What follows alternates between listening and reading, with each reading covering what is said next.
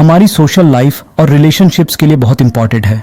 आप किसी इंसान से तभी रिलेट कर पाते हैं या रिश्ता बना पाते हैं जब आप उनसे सही तरह से कम्युनिकेट कर पाते हैं।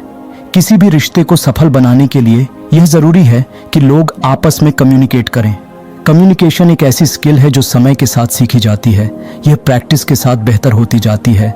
आप अपने कम्युनिकेशन को कभी भी इम्प्रूव कर सकते हैं, यह परवाह किए बिना कि आपकी उम्र, आपका सोशल स्टेटस या आपका फैमिली बैकग्राउंड क्या है। किसी भी और स्किल की तरह ही इसमें भी कमिटमेंट और हार्ड वर्क यानी कड़ी मेहनत की ज़रूरत पड़ती है। यह आसान नहीं है लेकिन मुमकिन है। कम्युनिकेशन स्किल्स तभी काम करेंगे जब हम उन्हें प्रैक्टिस में लाएंगे और अपनी रोज़मर्रा की लाइफ में उसका इस्तेमाल करेंगे। ये बुक आपको यह सिखाएगी कि आप कैसे अपने कम्युनिकेट करने के तरीके को बदलकर उसे और बेहतर बना सकते हैं। डे 1, लिसनिंग टपटपतों कट। कम्युनिकेशन का एक बहुत ही ज़रूरी पहलू है लिस्टिंग यानी सुनना। आप सामने वाले इंसान से असरदार तरीके से बात कर पाए, इसके लिए ज़रूरी है कि आप में अच्छी लिस्टिंग स्किल्स भी हों। लिस्टिंग का यह मतलब नहीं कि आप बस चुप होकर अपनी बात कहने के मौके का इंतज़ार करें, बल्कि इसका मतलब यह है कि आप सामने वाले को अपने दिल की बात रखने का मौका दें। जब आप सुनते हैं तो आप सामने वाले इंसान को अपनी सोच, अपनी राय और अपने आइडिया रखने का मौका देते हैं।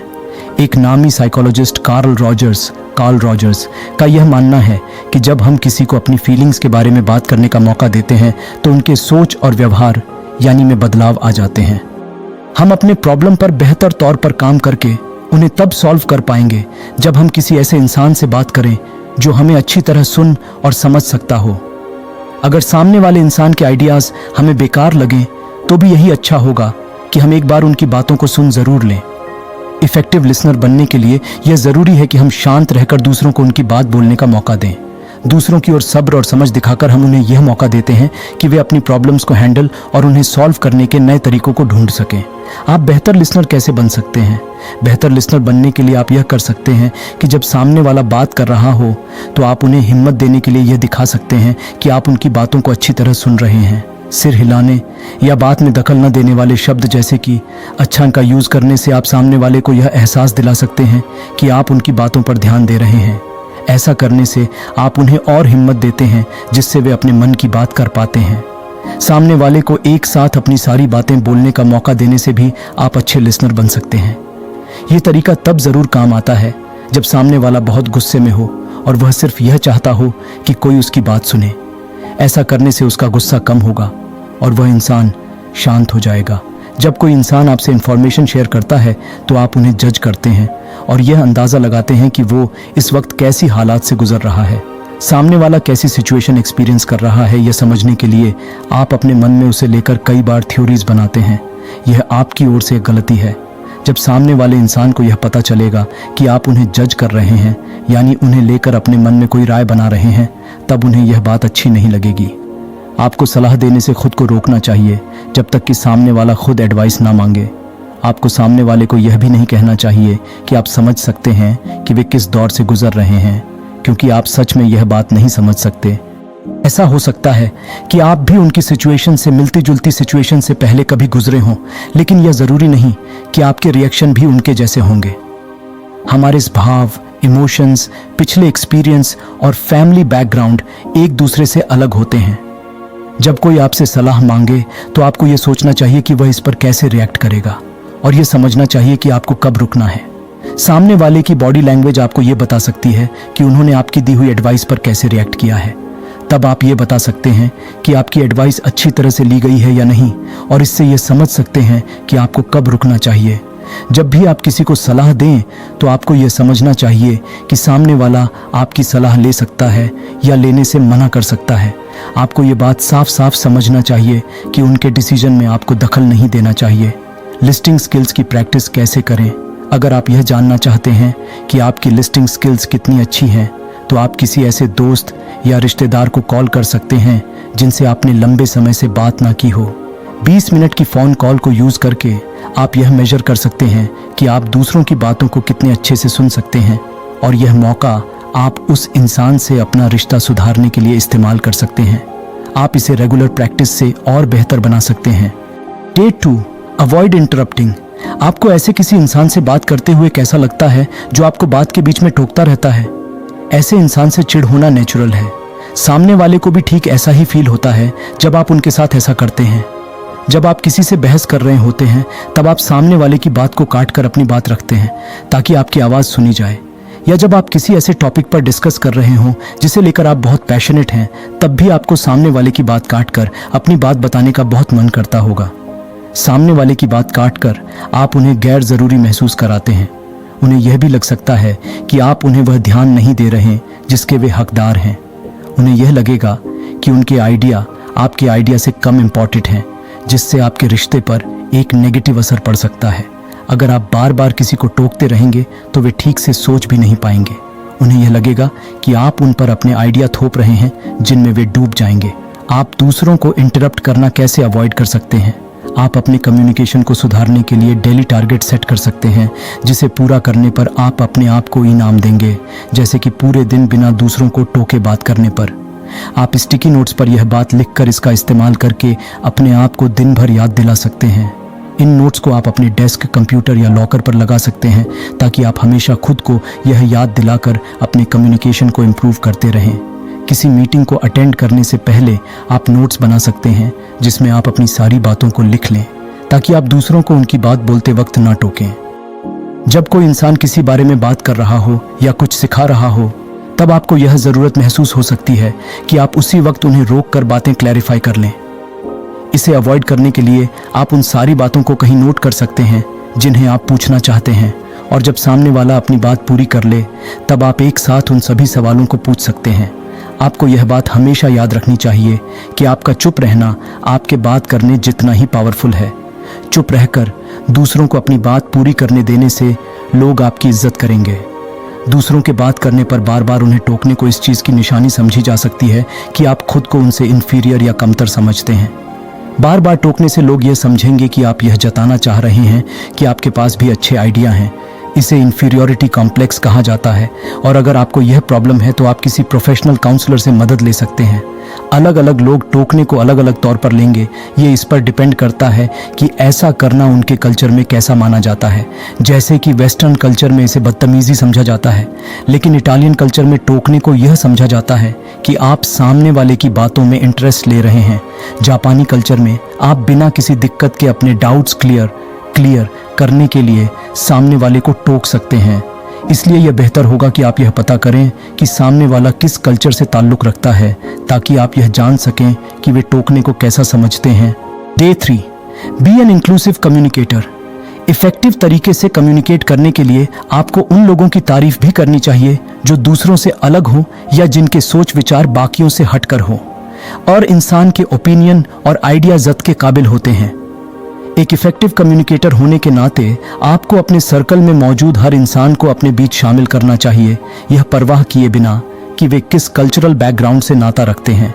इंक्लूसिव यानी ऐसी बातचीत जिसमें सबको शामिल किया जाए, हर तरह के रिश्तों के लिए अहम है, भले ही वे बिजनेस से रिलेटेड हों या फैमिली से। सक्सेसफुल इंक्लूसिव के लिए टिप्स। इंक्लूसिव कम्युनिकेशन की कामयाबी के लिए आपको लोगों के कैरेक्टर के बेकार पहलुओं को चुनना अवॉइड करना चाहिए। सिर्फ उसी पहलू के बारे में बात करना चाहिए जो कि सिचुएशन को सूट करता हो। लोगों के सेक्सुअल ओरिएंटेशन उन्हें डिस्क्राइब करने के लिए इस्तेमाल करने से बचना चाहिए। जैसे कि मिसाल के तौर पर आपकी टीम में एक नया गे स्टाफ मेंबर शामिल हुए हों, तो आपको उनके बारे में बताने के लिए गे शब्द का इस्तेमाल नहीं करना चाहिए, क्योंकि वह इस सिचुएशन में सूट नहीं करता। इसी तरह विकलांग यानी कि डिसेबल्ड लोगों को उनकी डिसेबिलिटी से डिस्क्राइब करना भी सरासर गलत है। किसी डिसेबल इंसान को उनकी कमियों से बुलाना गलत है। इसके अलावा किसी को कुछ और तकलीफ हो जैसे कि डिप्रेशन, तो उन्हें डिप्रेसिव या देवदास ऐसे नामों से बुलाना भी गलत है। अच्छे कम्युनिकेशन के लिए ज़रूरी है कि आप लोगों की जाति, धर्म वगैरह का भी ख्याल रखें और उनकी पहचान को लेकर अपने मन में कोई गलत राय ना बनाएं। आपको यह हरगिज़ नहीं मानना चाहिए कि कोई किसी एक तरह के देश या जाति से नाता रखता है तो वह अच्छा या बुरा होगा ही होगा। ऐसा करने यह जाहिर होगा कि आप लोगों के इंडिविजुअल पर्सनालिटी को अप्रिशिएट या उनकी सराहना नहीं करते। इंक्लूसिव के लिए आपको ऐसे शब्द या स्लैंग भाषा का इस्तेमाल करने से बचना चाहिए जो कि किसी इंसान या ग्रुप की भावनाओं को ठेस पहुंचा सकती हो।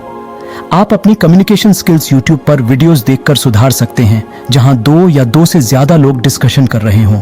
उनके डिस्कशन को देखकर ऐसे किसी इंसान को देखिए जो दूसरों के लिए पुरानी और घिसी पिटी सोच रखता हो, और उनसे खुद की तुलना करके यह देखिए कि क्या आप भी उन जैसे हैं। Day 4, expand your vocabulary. आप अपने शब्दों को कितने अच्छे से जानते हैं।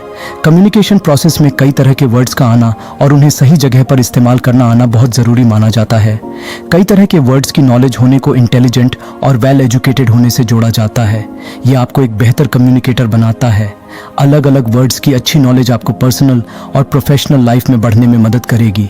जॉन ओकॉनर ने यह पता लगाया है कि जिन लोगों को शब्दों की ज़्यादा जानकारी होती है उन्हें काम में टॉप पोजीशन में रहने का मौका मिलता है और वे ज़्यादा सक्सेसफुल होते हैं। अच्छी कम्युनिकेशन इस बात पर भी डिपेंड करती है कि आपको कितने वर्ड्स की जानकारी है और उन्हें कब, कहाँ और कैसे इस्तेमाल किया जाए, इस चीज़ की भी जानकारी है। कम्युनिकेशन किसी भी कामयाब रिलेशनशिप का आधार है। जब आपको ज़्यादा वर्ड्स की जानकारी होगी तब आप अपने मन की बात बेहतर तौर पर एक्सप्रेस कर पाएंगे और नए आइडियाज़ आसानी से समझ पाएंगे। शब्दों की अच्छी जानकारी होने से आप लिखने और पढ़ने के जरिए लोगों से बेहतर तरीके से कम्युनिकेट कर पाएंगे और बेहतर और मजबूत रिश्ते बना पाएंगे। वोकैबुलरी एक मजबूत प्रोफेशनल बैकग्राउंड बनाने के लिए भी ज़रूरी है। अपनी वोकैबुलरी को कैसे सुधारें? आप वर्ड्स को लेकर अपनी नॉलेज को हर रोज़ कुछ नए वर्ड्स सीखकर और बेहतर कर सकते हैं। आप हर रोज़ कुछ नए वर्ड्स सीखकर उसे दिन भर में लोगों से बात करते वक्त यूज़ करने को अपना डेली रूटीन बना सकते हैं। इन नए वर्ड्स के बारे में और इनके मीनिंग को आप अपने दोस्तों को भी बता सकते हैं। आप बुक्स पढ़कर भी वोकैबुलरी को बेहतर बना सकते हैं। हर रोज़ आप कोई नई या ज़्यादा चैलेंजिंग बुक पढ़ सकते हैं। अपने डेली शेड्यूल में से कुछ समय आप नए वर्ड्स को सीखने और उनके मतलब को समझने में बिता सकते हैं। अगर कोई आपके सामने नया शब्द यूज़ करे जिसे आपने पहले कभी ना सुना हो तो आपको सामने वाले से हमेशा इस बारे में पूछ लेना चाहिए। पूछने का यह मतलब नहीं होता कि आप बेवकूफ़ हैं। इसका मतलब ये होता है कि आप कुछ नया सीखने की इच्छा रखते हैं। आप उस नए शब्द को कहीं लिख कर रख सकते हैं जिससे कि आप बाद में उसे डिक्शनरी में ढूंढ सकें। Day 5, choose your words wisely. कुछ शब्द जो आप कम्युनिकेट करते वक्त यूज करते हैं वे आपके लिए बाधा बन सकते हैं। कम्युनिकेशन को बेहतर बनाने के लिए आपको ऐसे शब्दों का इस्तेमाल करना अवॉइड करना चाहिए जिनसे आप पर नेगेटिव असर हो सकता हो। आपको पॉजिटिव तरीके से कम्युनिकेट करना शुरू करना चाहिए। ऐसा करने से आप चीज़ों को एक नए नज़रिए से देखना शुरू कर देंगे। जो चीज़ें आपको पहले रुकावट जैसी दिखाई देती थीं वे अब आपको नए मौक़ों की तरह दिखने लगेंगी। जब आप लेकिन जैसे शब्दों का इस्तेमाल अपने सेंटेंस में करेंगे तो इससे आपके सेंटेंस का पूरा मतलब बदल सकता है। आप अपने पोटेंशियल को कम बताते हुए बहाने देने लगते हैं। मिसाल के तौर पे अगर आप ये कहें कि आपको छुट्टियों पर जाना अच्छा लगता है लेकिन आपको उड़ने से डर लगता है, इससे यह पता चलता है कि आपका उड़ने को लेकर डर आपको छुट्टियां एंजॉय करने से रोक रहा है। जब आप इस लेकिन को ऑन से बदल देंगे तो आपके स्टेटमेंट का पूरा मतलब बदल जाएगा। जब आप यह बोलते हैं कि आपको छुट्टियों पर जाना अच्छा लगता है और आपको उड़ने से डर लगता है तो इससे यह पता चलता है कि यह डर आपको छुट्टियां एंजॉय करने से नहीं रोक सकता। आप फिर भी छुट्टियों में एंजॉय करने के लिए बाकी की चीज़ें कर सकते हैं, या सबसे बेस्ट ये कि आप अपने डर पर काबू पा सकते हैं। इसी तरह से आप अब तक का इस्तेमाल कर सकते हैं। अब तक लगाने से यह साबित होता है कि आप में अभी भी उम्मीद बाकी है और आप किसी चीज़ को अभी भी पा सकते हैं। जब आप कहते हैं कि आप अब तक सक्सेसफुल नहीं हुए हैं तो इसका यह मतलब बनता है कि आप सक्सेसफुल बनने के प्रोसेस में हैं। लेकिन जब आप यह कहते हैं कि आप सक्सेसफुल नहीं हैं तो इसका यह मतलब बनता है कि आपने अपने सक्सेसफुल होने की सारी उम्मीद खो दी है। आप पॉजिटिव सेल्फ टॉक की प्रैक्टिस अपने सेंटेंस और लाइफ दोनों से सभी लेकिन को बदल कर सकते हैं। ये करने से आपको पता चलेगा कि आप पहले से ज़्यादा पॉजिटिव बन गए हैं और आप में अब ज़्यादा कॉन्फिडेंस भी आ गया है और साथ ही साथ आप दूसरों को भी इंस्पायर करने लगे हैं। आपको अपनी लाइफ की सभी नामुमकिन लगने वाली चीज़ों को अब तक इसे बदल देना चाहिए। Day 6, watch your pronounce. अपने बारे में बात करना अच्छा लगता है ना? हम अक्सर किसी भी बातचीत में मैं बहुत का इस्तेमाल करते हैं और ऐसा करना नेचुरल है क्योंकि हम इंसान हैं, मगर हमें इफ़ेक्टिव तरीके से कम्युनिकेट करने के लिए बैलेंस बनाना आना चाहिए ताकि सामने वाले को भी यह लगे कि उसका सम्मान और उसकी तारीफ की जा रही है। यूनिवर्सिटी ऑफ कैलिफोर्निया के द्वारा की गई एक रिसर्च से यह बात सामने आई है कि घमंड और अपने बारे में बातें करना आपस में जुड़े हुए हैं। इस रिसर्च में 24 आदमियों और औरतों को अपने पसंद के टॉपिक पर बात करने का मौका दिया गया और उनकी बातों को रिकॉर्ड किया गया। रिसर्चर्स ने उन रिकॉर्डिंग्स को सुना और यह पता किया कि जिन लोगों ने अपनी बातों में मैं का इस्तेमाल ज्यादा किया उनमें बाकियों से ज्यादा अहंकार देखा गया है। आपको खुद को मैं का यूज करना नॉर्मल लगता होगा, मगर इससे बाकियों को आप सेल्फिश और घमंडी नजर आएंगे। जब आप किसी प्रॉब्लम के बारे में बात कर रहे हों तब आपको मैं का इस्तेमाल करना चाहिए, या जब भी आप किसी को लेकर अपनी निराशा जाहिर करते हैं तब भी आपको मैं का इस्तेमाल करना चाहिए। मिसाल के तौर पर अगर आप अपने रूममेट से निराश हों कि वे अपने काम काज को नहीं करते, तो आपको ऐसी सिचुएशन में तुम या आप की जगह मैं का यूज करना चाहिए, क्योंकि अगर आप तुम या पंजाब का यूज करेंगे तो ऐसा लगेगा कि आप उन पर इल्जाम लगा रहे हैं।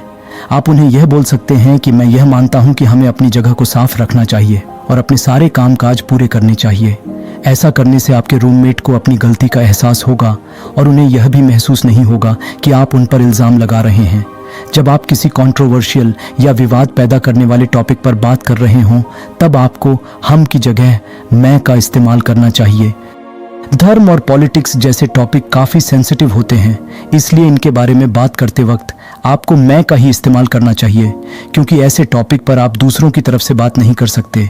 आपके ऐसा करने से यह लगेगा कि आप उन लोगों को भी अप्रिशिएट कर रहे हैं जिनके सोच विचार आपसे नहीं मिलते।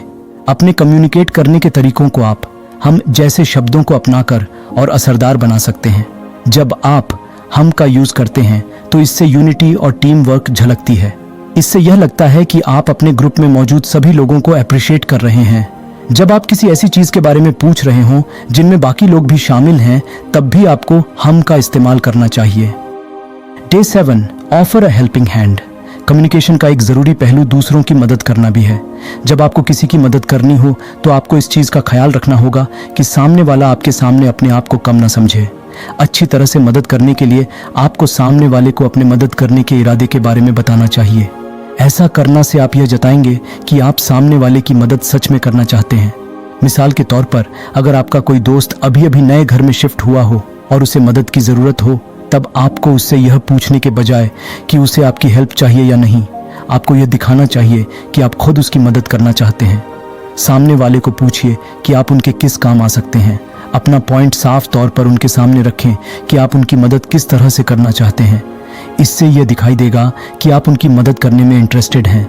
मिसाल के तौर पर अगर आपके किसी दोस्त के घर पर कोई बीमार बच्चा हो तो आप उन्हें यह बोलिए कि आप उनके लिए घर का सामान खरीद कर ला सकते हैं या घर के बाकी कामों को कर सकते हैं, ना कि यह कि उन्हें जब कभी आपकी मदद चाहिए हो तो वे आपको कॉल कर सकते हैं। जब भी आप किसी की मदद करने के लिए उनसे पूछते हैं तो आपका मकसद ये होना चाहिए कि आपको सिचुएशन बदलना ही ना कि उस इंसान के चरित्र को। अगर आपका कोई दोस्त लगातार लेट होने की वजह से अपनी जॉब खो देता है तो आपको उसकी नई जॉब तलाश करने में मदद करनी चाहिए, ना कि उन्हें उनकी गलतियां गिनाना चाहिए। जब भी आप किसी को पैसे देकर उनकी मदद करते हैं तो आपको यह बात अपने मन में अच्छी तरह सोच लेनी चाहिए कि अलग अलग लोग पैसे लेने को अलग अलग नज़रिए से देखते हैं। इसीलिए अगर आपका कोई दोस्त आपसे पैसे लेने से इनकार कर दे तो आपको इसका बुरा नहीं लगना चाहिए, क्योंकि हो सकता है उनकी सोच में पैसे लेने को अच्छा नहीं समझा जाता हो। आप किसी दूसरी तरह से उनकी मदद कर सकते हैं जिससे उनका पैसों को लेकर तनाव यानी फाइनेंशियल बोझ कम हो जाए। तो दोस्तों, आपको आज का हमारा ये बुक समरी कैसा लगा? अगर आपका कोई सवाल और सुझाव या कोई प्रॉब्लम है वो मुझे नीचे कमेंट करके ज़रूर बताएं और इस बुक समरी को अपने दोस्तों के साथ शेयर